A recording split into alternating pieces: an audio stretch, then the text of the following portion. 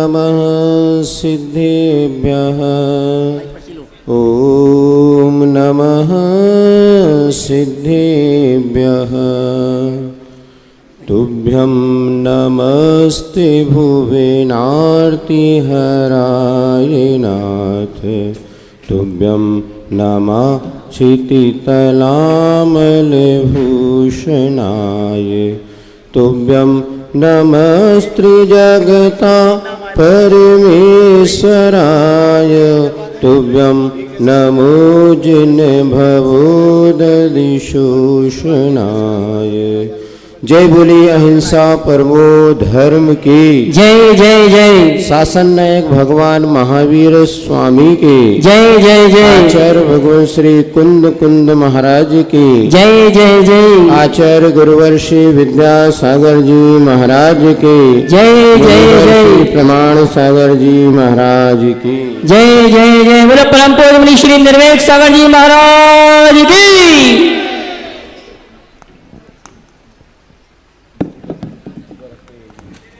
पंच कल्याणक महोत्सव का यह पर्व चल रहा है और यह आज द्वितीय कल्याणक जन्म कल्याण का अवसर है। निश्चित है हमारी भारतीय परंपरा में ऋषि बनो या कृषि करो ये उपदेश दिया है। अर्थात या तो गृहस्थाश्रम को सफल बनाओ या साधु जीवन को अंगीकार करो। हर व्यक्ति के बस की बात नहीं होती कि हम 5 पाप को छोड़ करके साधु जीवन जी सकें। भावना होना अलग बात है और भावना को चरितार्थ करना अलग बात। हमारे आचार्यों ने कहा कोई बात नहीं, आपके लिए दूसरा मार्ग हम बतलाते हैं, वो है गृहस्थ आश्रम। 24 तीर्थंकर हुए, सभी तीर्थंकरों ने 5 तीर्थंकर को छोड़ दें तो 19 तीर्थंकरों ने गृहस्थ आश्रम में प्रवेश किया और अपने दायित्व का उचित तरीके से निर्वाह करते हुए संयम पद को भी अंगीकार किया। 5 तीर्थंकर जिन्होंने विवाह नहीं कराया, ये भी हुंडा और सर्पड़ी काल का दोष है। अन्यथा तीर्थंकर प्रायः चारों पुरुषार्थ करते हैं। तो गृहस्थ आश्रम में प्रवेश करना, विवाह कराना अच्छा है कि बुरा है? अपने अपने अनुभव के आधार पर आप लोग व्यक्त कर सकते हैं। ठीक है। तो यहाँ पर ये निश्चित मानिएगा कि जब तक साधु बनने की क्षमता नहीं है तो गृहस्थ आश्रम में प्रवेश करने की आदर्श परंपरा है। और जिसने वैवाहिक जीवन को अंगीकार किया वह एक और कामना करता, इच्छा रखता है कि मेरी इस वंश परंपरा को निर्वाह चलती रहे निर्वाध रूप से और यह धर्म की परंपरा चलती रहे। इसलिए वह काम पुरुषार्थ करता हुआ योग्य संतान की अपेक्षा रखता है। रखना भी चाहिए, क्योंकि वह गृहस्थ परंपरा जिसमें यदि कोई संतान नहीं है आगे निर्वीज हो जाता है। उस परंपरा को प्रवाहित करने के लिए और अपने जीवन को संयत बनाने के लिए मूक माटी में आचार्य महाराज ने लिखा है कि पुरुष की वासना संयत हो, इसलिए वह स्त्री गर्भ धारण करती है। और पिछले 2 दिनों से आप लोग उस गर्भ कल्याणक का महोत्सव मना रहे हैं, क्योंकि वह एक ऐसी परंपरा है जिसके आधार पर ही आगे का भविष्य निर्धारित होता है। कल पूज्य श्री ने आपको अति महत्वपूर्ण इनकी बातों से अवगत कराया था कि गर्भ धारण करना, उस गर्भ के संस्कारित करना, क्योंकि जो कोख में आने वाली संतान है उसके लिए 9 माह कितने महत्वपूर्ण हुआ करते हैं, क्योंकि जैसे उस समय संस्कार मिलते हैं वैसा उसका भविष्य भी निर्माण होता है।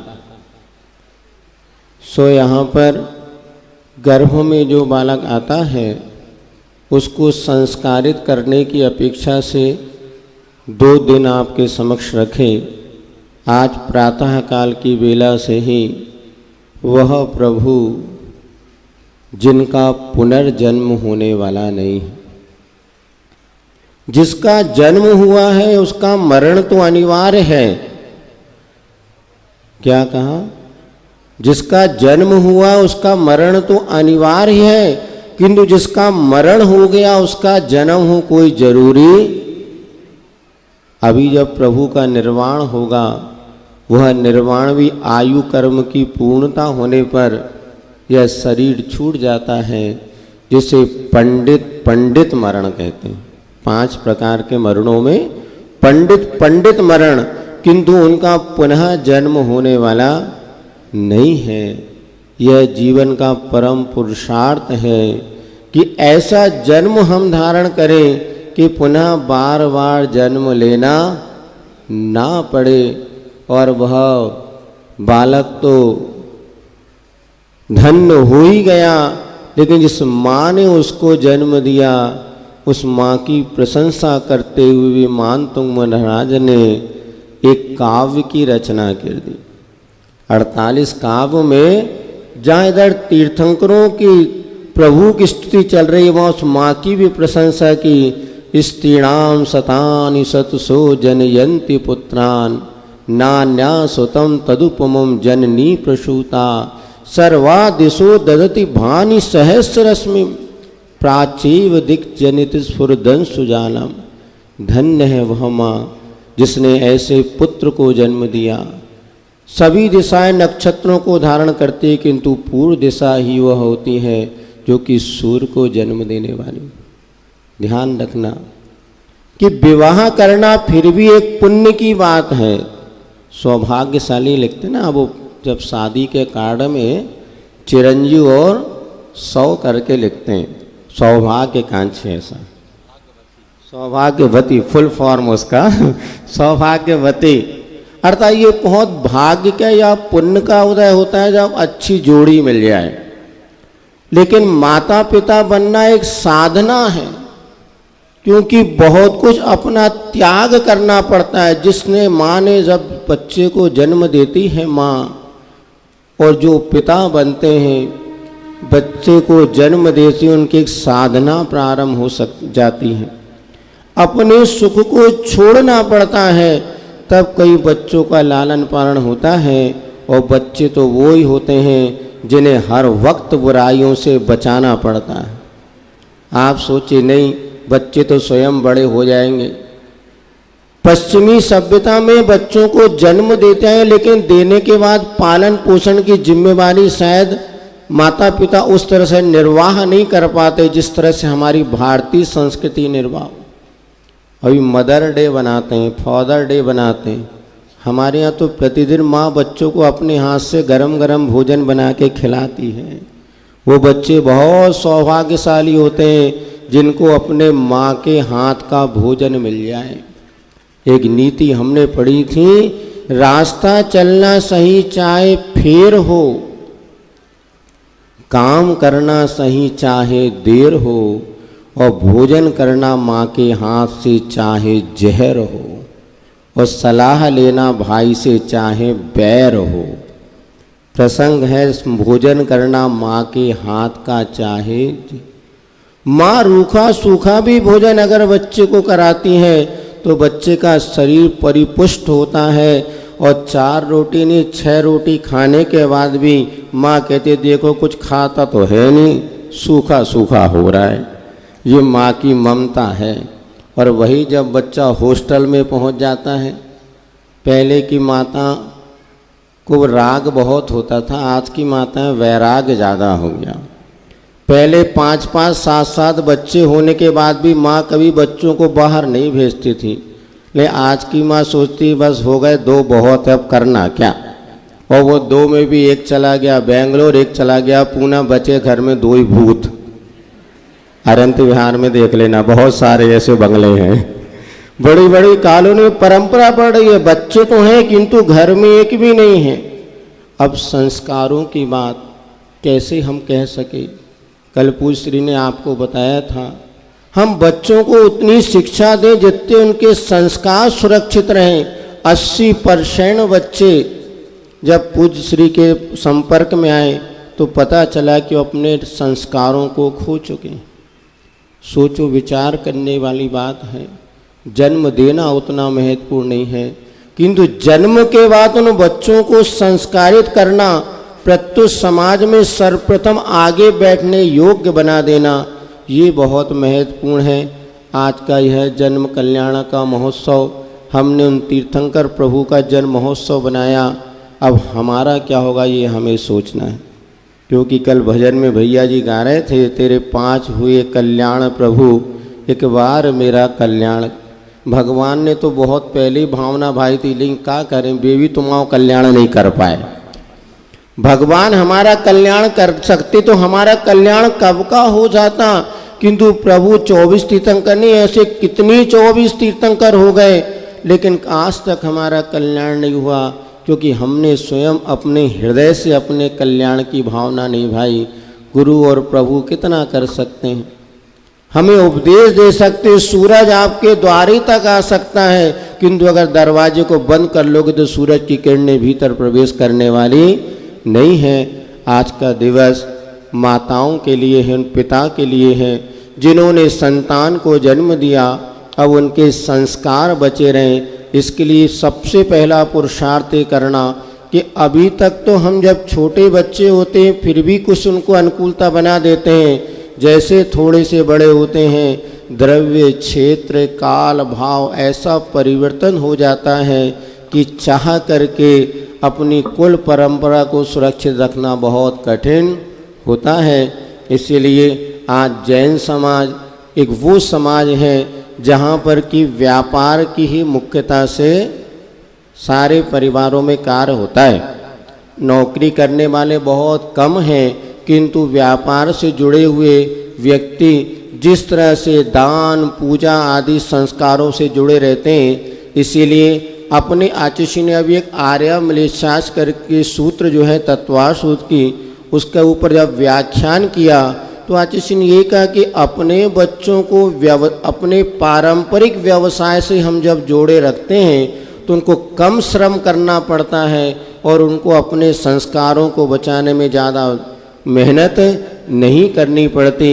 आप अपने संतान को जन्म दिया है तो सर्वप्रथम यही सोचो, यदि मेरे यहाँ पर कोई पारंपरिक व्यवसाय है उस व्यवसाय से हम बच्चों को जोड़े रखेंगे। आज ऐसे ऐसे परिवार हैं जिनके यहाँ पर 5-5, 10-10 नौकर जिनकी दुकान में काम करते हैं और उनका बच्चा बेंगलोर जाके किसी कंपनी की नौकरी करता है, तो बड़ा खेद होता है कि जिसके यहाँ पर नौकर है वो दूसरों की नौकरी कर रहा। एक बार उन्होंने बताया था, आचार्य के जो बड़े भाई थे महावीर जी अष्टगे, उन्होंने जब मल्लप्पा जी से कहा मैंने भी एजुकेशन किया, बीएससी करी, मैं कहीं जाके नौकरी करूँगा, तो उन्होंने तुरंत डांट लगाई, ये हमारे खेत में 10 कर्मचारी करते, तू दूसरे का जाके काम करे, चुपचाप बैठ।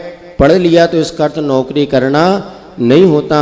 शिक्षा की शुरुआत युग के आदि में नारी शिक्षा की शुरुआत तो आदिनाथ भगवान ने की।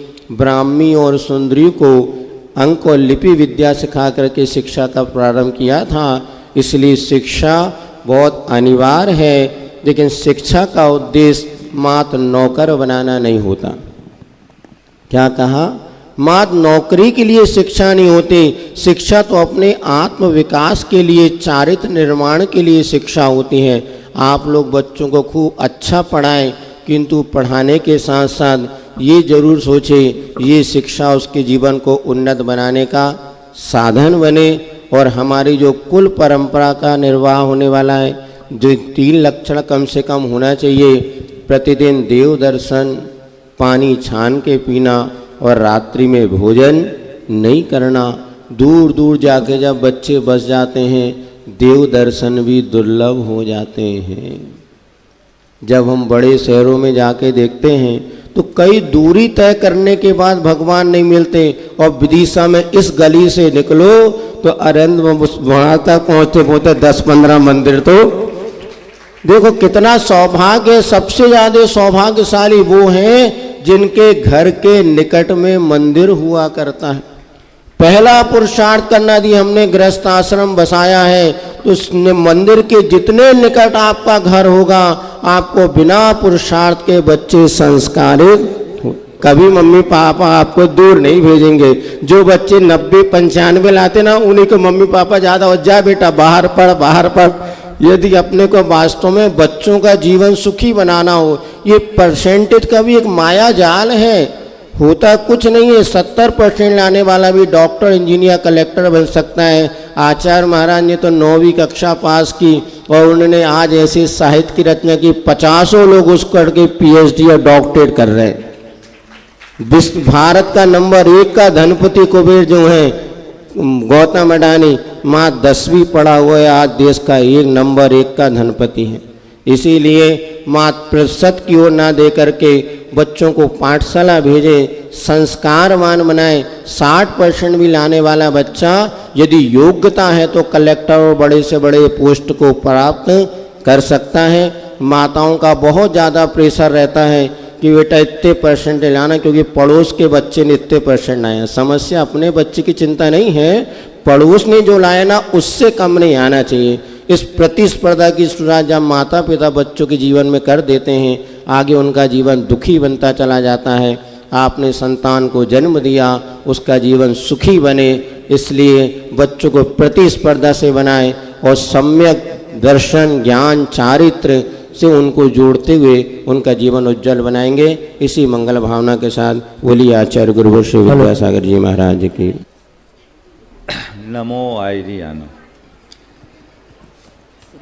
आज आप सब लोग बड़े आनंदित हैं। भगवान का जन्म हुआ। जन्म तो ऐसे ही सबको आनंद से भरता है, लेकिन जब भगवान के जन्म की बात हो तो व्यक्ति का रोम रोम हर्षित होता है। और व्यक्ति ही नहीं, पूरी प्रकृति हर्षित होती है। आज आपकी नगरी में कुछ ऐसा ही परिलक्षित हो रहा है। कल और आज के वातावरण में जमीन आसमान का अंतर दिख रहा है। भगवान का जन्म हुआ और हम लोग उस जन्म महोत्सव से आनंदित हैं। स्वाभाविक है, भगवान का जन्म उनका अंतिम जन्म है और ये जन्म उनके नहीं, सारे जगत के कल्याण के लिए हुआ। हम आप सबके कल्याण के निमित्त प्रभु का जन्म हुआ तो हमारा आनंदित होना स्वाभाविक है। लेकिन भगवान का जन्म कल्याणक मनाकर हम अपना कल्याण करें, ये संभव नहीं है। भगवान के मार्ग का अनुसरण करें तो हमारे कल्याण में संशय नहीं। आवश्यकता भगवान के मार्ग के अनुसरण की। आज 4 बातें मेरे मानस में उभर रही: जन्म, जीवन, संस्कार और सार्थकता। हमें आप सबको जन्म मिला। जन्म कोई साधारण घटना नहीं है। बहुत कठिनाइयों से हम सबका जन्म होता है। 9 माह तक मां के पेट में रहते हुए प्रसव की पीड़ा सहने के बाद हम जन्म ले पाते हैं। और उस जन्म में जिसका जन्म हुआ वह तो अबोध होता है, हो सकता उसे अपने कष्टों की अनुभूति ना हो, लेकिन जिसने जन्म दिया उसके कष्टों की हमें कोई कल्पना नहीं होती। आज हम विचार करें, भगवान के जन्म कल्याणक के इस अवसर पर जिनके जन्म लेते ही सारा संसार आनंदित हो उठता है। गुरुदेव ने इस बात को अपने एक छोटे से हाइकू में बहुत अच्छे से रेखांकित किया। एक दिशा में सूर्य उगे की दसों दिशाएं खुश। एक दिशा में सूर्य उगे की दसों दिशाएं खुश। सूरज एक दिशा में उगता है और दसों की दसों दिशाएं खुश हो जाती। भगवान का जन्म सारे लोक को आनंद से भर देने वाला है, लेकिन जिन भगवान का जन्म हुआ उस जन्म को देने वाली माँ और उनके पिता का महत्व कभी कम नहीं हो सकता।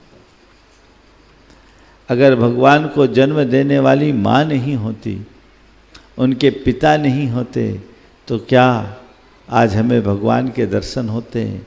बिना प्राची के सूरज नहीं उग सकता, बिना माता पिता के किसी का जन्म नहीं हो सकता। मैं आज इस जन्म कल्याणक के अवसर पर आपसे कह रहा हूं, अपने जन्मदाता को याद करो। मैंने जन्म, जीवन, संस्कार और सार्थकता की बात की। हमने जन्म लिया, कितना बड़ा सौभाग्य है कि हम जन्म पाए। दुनिया में ऐसे अनेक लोग हैं जो पेट से ही परलोक पहुंच जाते हैं या पहुंचा दिया जाता है। बहुत से जीव, ऐसे अभागे जीव जो पेट से ही परलोक पहुंच जाए, और आज के युग में तो पहुंचा दिया जाता है। कल इस संदर्भ में मैंने आप लोगों से बात की थी। हम कितने भाग्यशाली हैं कि हमें जन्म लेने का सुअवसर मिला, और ऐसे माता पिता मिले जिन्होंने अपने सुखों का त्याग करके हमें जन्म दिया। कभी कल्पना कर सकते हो? काश यदि तुम्हें जन्म देने के पहले ही तुम्हारी माँ ने तुम्हें पेट से परलोक पहुंचा दिया होता तो तुम्हारा क्या होता? कल्पना करो। और ये तो प्रयोग द्वारा होता है, परिणाम द्वारा भी ऐसा होता है। हमारे शास्त्रों में जो वर्णन मिलता है वो रोंगटे खड़े कर देने जैसा है। सचखंडागम में एक प्रसंग आया कि कोई देव पर्याय से मनुष्य हुआ, भवनवासी बेंतर ज्योतिषी देवों से, मां के पेट में आया और 7-8 अंतर मुहूर्त में मरकर वापस वहीं चला गया। इतनी अल्पायु वाला सौधर्म एहसान स्वर्ग का देव आया, 7-8 दिन में ही वापस वहीं चला गया। ऊपर के स्वर्ग का आया, लांतों का पिष्ट तक का, 7-8 पक्ष में वापस चला गया। और ऊपर का आया, 7-8 महीने में ही माँ के पेट से वापस वहाँ की आयु बांध कर चला गया। और आप सुनकर आश्चर्य करेंगे, अनुत्तर विमान के देव जहाँ केवल सम्यक दृष्टि ही होते हैं, वो वहाँ से आए, 8 वर्ष के महीने आयु लेकर आए, और 8 वर्ष की आयु में मुनि बनकर वापस वहीं चले गए मरकर। इतनी अल्प आयु। मैं आपसे कह रहा हूं कि कई जीव ऐसे होते हैं जो पेट से ही परलोक पहुंच जाते हैं, वे अभागे हैं। हम आप इस धरती के उन भाग्यशाली लोगों में शामिल हैं जिन्हें जन्म लेने का सुअवसर मिला है कि नहीं? भाग्यशाली। और ये भाग्य किसके कारण जगा? जिन्होंने हमें जन्म दिया उसके कारण। कौन है हमारे जन्मदाता? माता पिता। कभी मन होता है अपने माता पिता के प्रति श्रद्धावनत होने का कि उन्होंने कितने कष्टों और मुश्किलों का सामना करते हुए, विपत्तियों को सहते हुए हमें जन्म दिया। कई कई माताओं को तो प्रसूति के समय में जानों की भी संकट पड़ जाते और कई की जान चले जाती। क्या ये साधारण बात है? काश इसे याद करो तो पूरे जीवन उनके प्रति कृतज्ञ बने रहने का भाव होगा। और उन्होंने हमें जन्म देकर हम पर जो उपकार किया है, इसे जीवन की सारी सांसें समर्पित करके भी चुकाया नहीं जा सकता। इतना बड़ा उपकार है। लेकिन मुझे तब बड़ा दुख होता है जब अपने ही जन्मदाता माता पिता की आज की ये संतान उपेक्षा, तिरस्कार और अपमान करती। न केवल जन्म पाया हमने, जन्म के साथ जीवन पाया। जीवन मिला कि नहीं? आराम से जी रहे हैं। कोई 10, कोई 20, कोई 50, कोई 80, उससे ऊपर वाले भी यहां होंगे। ये जीवन मिला है। ये जीवन भी किसकी कृपा से मिला? अगर हमारे माँ बाप ने हमें जन्म देकर हमारा संरक्षण नहीं किया होता, हमारा ठीक रीति से पालन पोषण नहीं किया होता, हमें समय पर दूध नहीं पिलाया होता, समय पर भोजन पानी नहीं दिया होता, बीमार पड़ने पर डॉक्टर को दिखाया नहीं होता, औषधि नहीं दी होती, चिकित्सा नहीं कराई होती, तो क्या आज हम जी पाते? बोलो, कितना बड़ा उपकार है, कितना बड़ा उपकार है। मान लो जन्म लेने के उपरांत उन्होंने हमें यूं ही कहीं झाड़ी में फेंक दिया होता तो हमारा क्या होता? क्या होता? चील कौवे हमसे हमारा त्योहार मनाते और क्या होता? यही होता ना। या किसी दयालु की दया दृष्टि पड़ती तो अनाथालयों में पल रहे होते और क्या होता?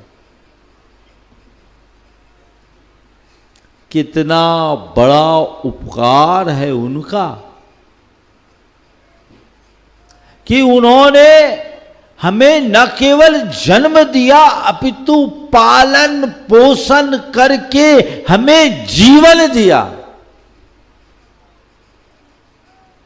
और हमारे जीवन की खातिर अपने सारे सुखों का त्याग किया।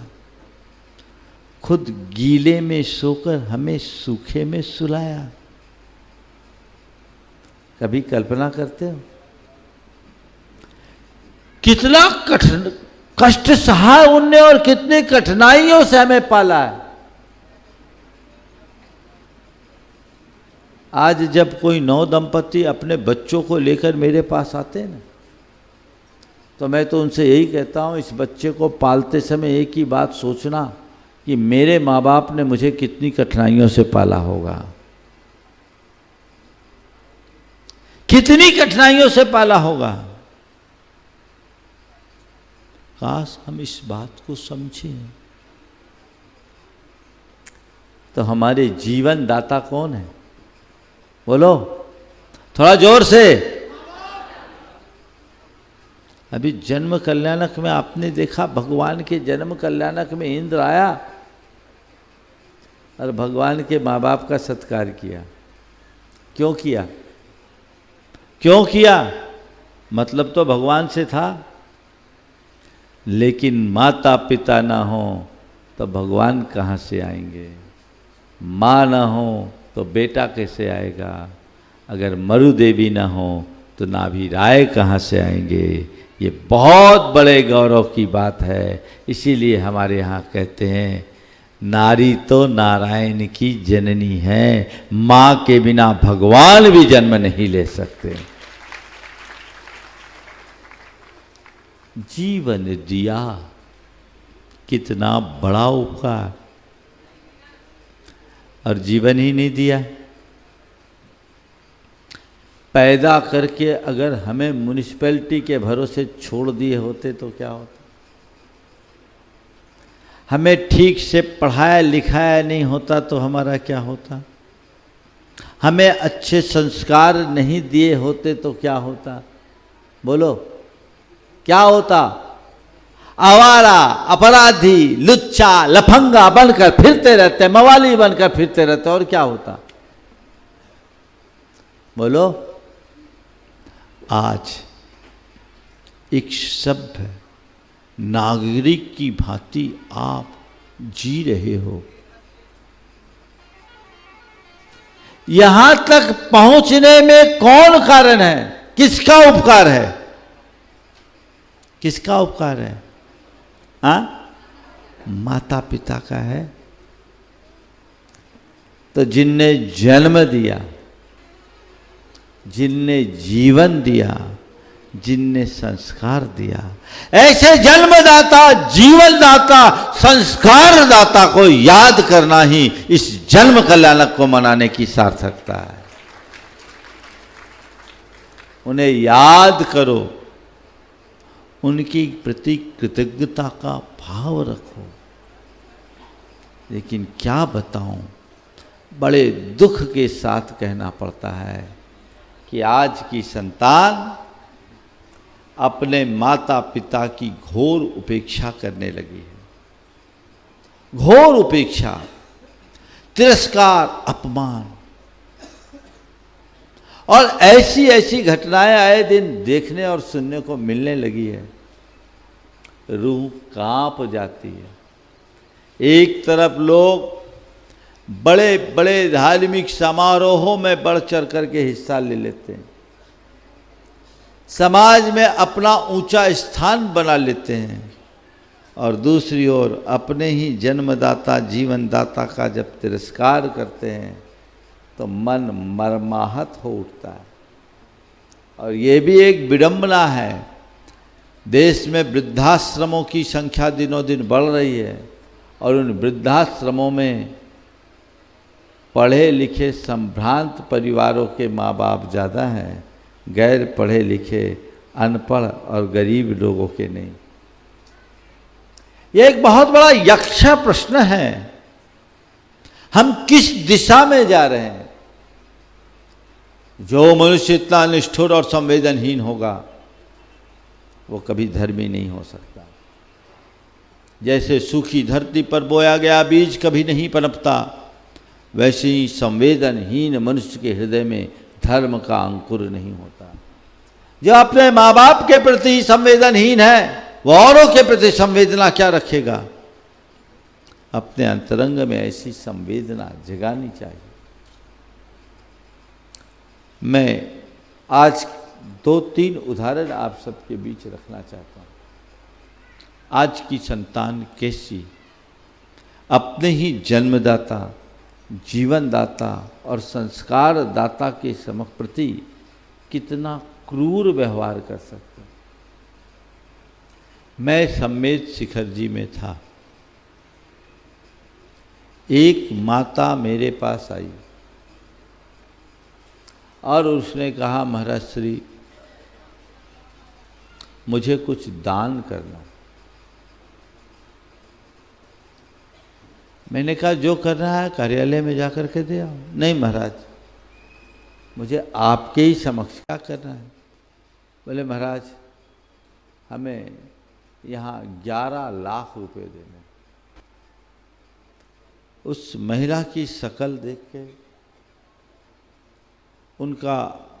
उनके कपड़े देखकर मुझे लगा कि ये क्या करेगी। 200 रुपये की साड़ी पहनी थी, शरीर पर कोई आभूषण नहीं थे, फटेहाल सा जीवन था। और उस महिला ने कहा कि मैं 11 लाख रुपए का दान करना चाहती हूँ। बोले आप दान करना चाहती, अच्छी बात है, आपके पास पैसे हैं? हाँ महाराज, आप तो आशीर्वाद। मैंने पूछा कहाँ से आई, क्या करती? बोले महाराज मैं सहारनपुर से आई, उत्तर प्रदेश। क्या करती हो? बोले महाराज मैं शिक्षिका थी। परिवार में और कौन है? बोले हमारे पति देव थे, वे भी शिक्षक थे, वो नहीं रहे, मैं रिटायर हो गई। मेरी और मेरे पति की पेंशन मुझे मिलती, मैं उसी से बचा बचा करके पैसा लाई और महाराज मुझे देना है। मैंने कहा अच्छी बात है। घर में और बच्चों से पूछ लिया।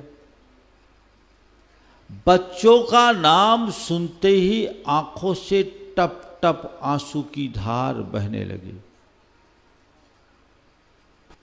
बोले महाराज उसकी मत पूछो, क्या हुआ?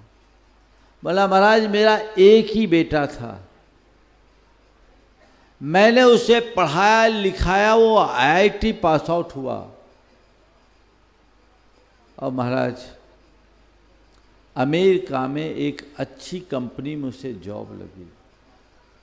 मुझे बहुत खुशी हुई कि मेरा बेटा योग्य बन गया,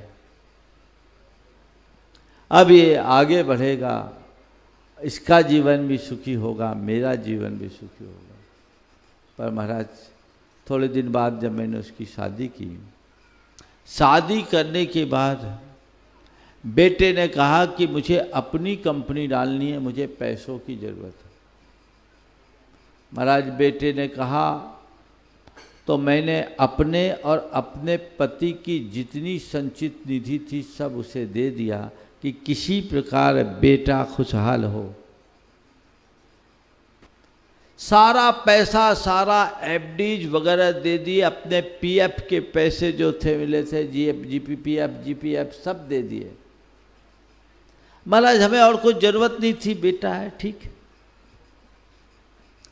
महाराज मैं खुश थी, मुझे ये लगता था कि बेटा एक अच्छी कंपनी का मालिक बन रहा है, अच्छी बात है, कारोबार करेगा और आगे चल कर के अच्छा काम करेगा। पर महाराज बेटा बाहर गया, पैसे ले गया, कभी बात भी नहीं करता। कभी कभार मैं फ़ोन लगाती तो कह देता अभी मैं बिजी हूँ, अभी मैं मीटिंग में हूँ, मैं बात करता हूँ, मुश्किल से। एक रोज उसने मुझसे पावर ऑफ अटर्नी मांगी कि मम्मी बहुत जगह काम होता है, मुझे पावर ऑफ अटर्नी दे दे, और जिस कोठी में मैं रहती थी वो मेरे ही नाम से था। उसने मुझसे कहा, मैंने भी अपने पुत्र के मोह में ये सोचकर कि इसका अच्छा हो जाएगा, ये कुछ गलत नहीं करेगा, उसे मकान की पावर ऑफ अटर्नी दे दी, कोठी की पावर ऑफ अटर्नी दे दी। महाराज मैं उस पल हक्की बक्की रह गई जब मुझे मालूम पड़ा, लोग आए और कहे कि ये मकान बिक गया है, अब आप इस मकान को खाली करें। महाराज जी 40 वर्ष की पूरी गृहस्थी जिस मकान में भरी, उस मकान को बेच दिया। जैसे मैंने सुना बेच दिया, किसने बेचा? बोले आपके बेटे ने बेचा, ये डॉक्यूमेंट्स है। मैं हक्की बक्की रह गई, मेरे पांव तले जमीन खिसक गई कि मैं करूं तो क्या करूं, कहूं तो क्या करूं। और उस समय मुझे और दुख हुआ जब पता लगा बेटा यहां आकर मकान बेचा है और मुझसे मिले बिना चला गया। महाराज मेरे पास कोई उपाय नहीं था, मकान बिक चुका था और मुझे घर खाली करना था। अब जो था जैसे था, मेरे एक परिचित ने मुझे सहारा दिया। मैं एक 2 कमरे के मकान में किराए से रहने लगी। जो चीज़ें थी उसको औने पौने दामों में बेची, जितनी गृहस्थी मेरे घर के लायक थी वो रखी। महाराज तब से मेरा मन फट गया। ये तो अच्छा है कि मैं पढ़ी लिखी थी, शिक्षिका थी, मुझे पेंशन मिलती, मेरे पति की पेंशन मिलती, पर महाराज मेरा कोई खर्चा नहीं। एक टाइम भोजन करती हूँ और मात्र 2 रोटी खाती हूँ, इसके अलावा मेरा कोई खर्चा नहीं। मैं यही चाहती हूँ कि मेरा जो भी पैसा हो अच्छे काम में लग जाए। महाराज मैं नियमित आपको टीवी पे सुनती हूँ और मैं वो रुपये लेकर आई हूँ, ये रुपये लग जाए। बंधुओं ये तस्वीर है समाज की। हो सकता है ऐसे व्यक्ति का कोई संस्करण यहां भी हो,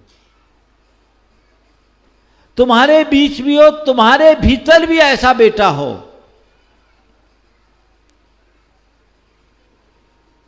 मैंने पूछा तुम्हारे बेटे से फिर कभी कोई बातचीत हुई? बोले महाराज आज तक उसकी बातचीत नहीं हुई।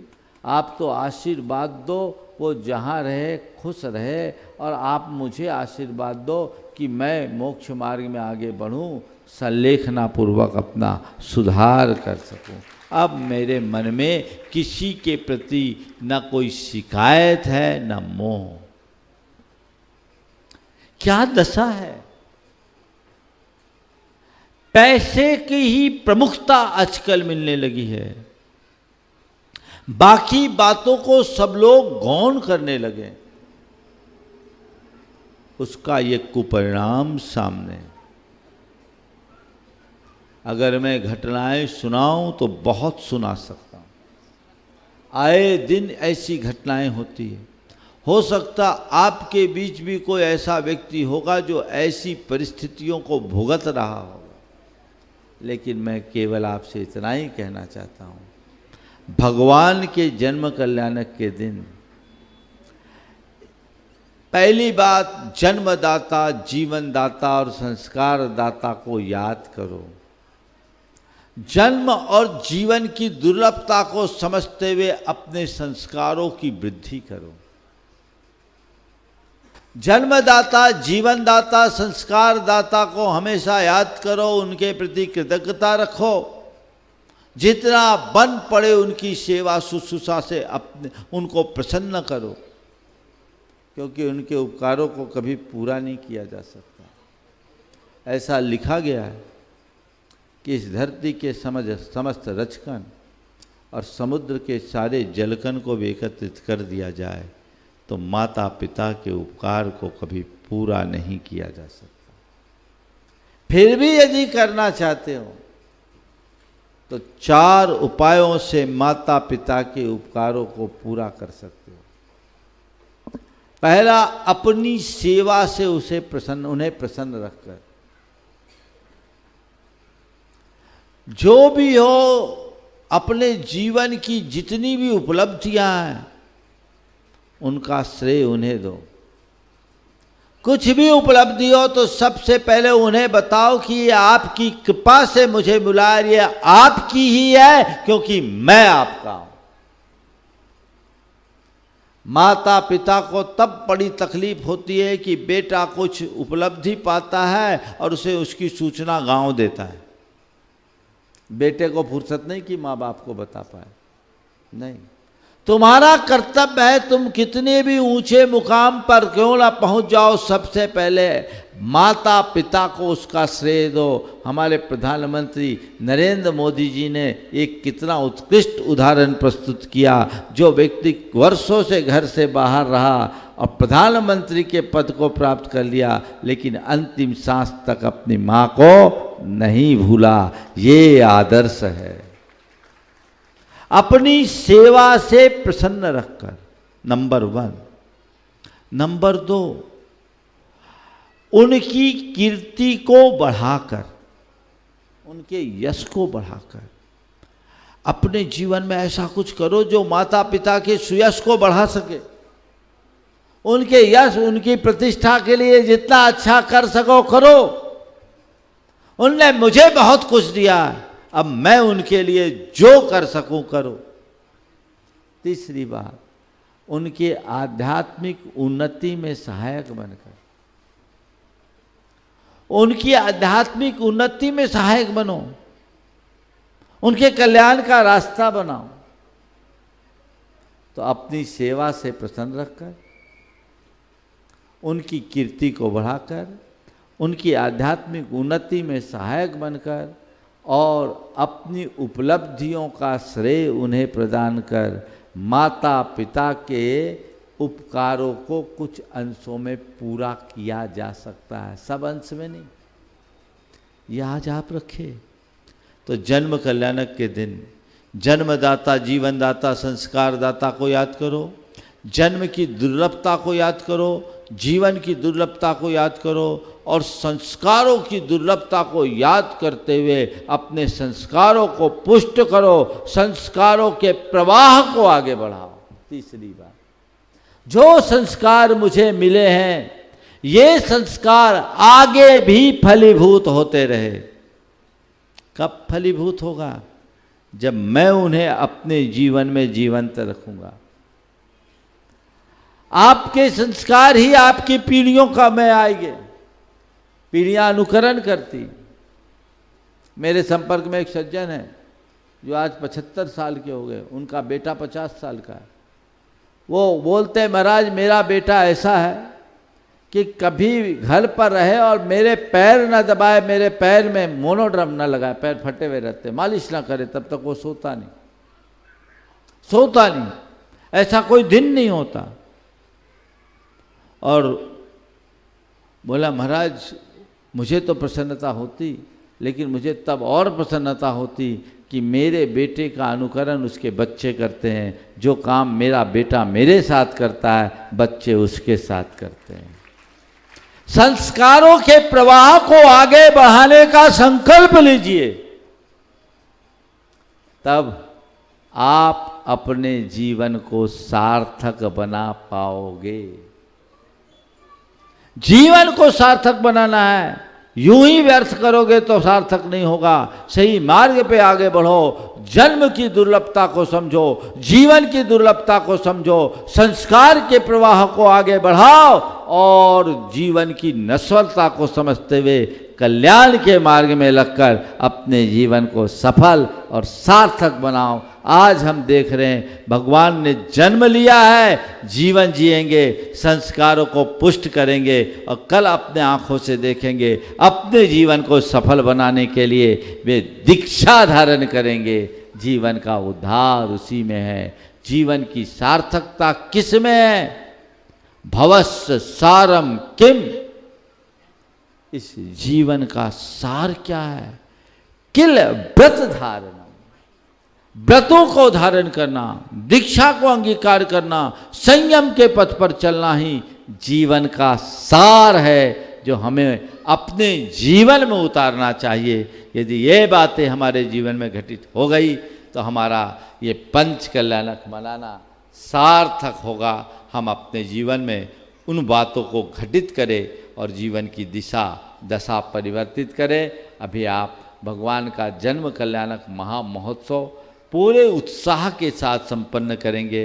अभी भगवान के जन्म कल्याणक का अभिषेक का जुलूस भी निकलेगा, शोभा यात्रा निकलेगी और आप पांडुक शिला में जन्माभिषेक करेंगे।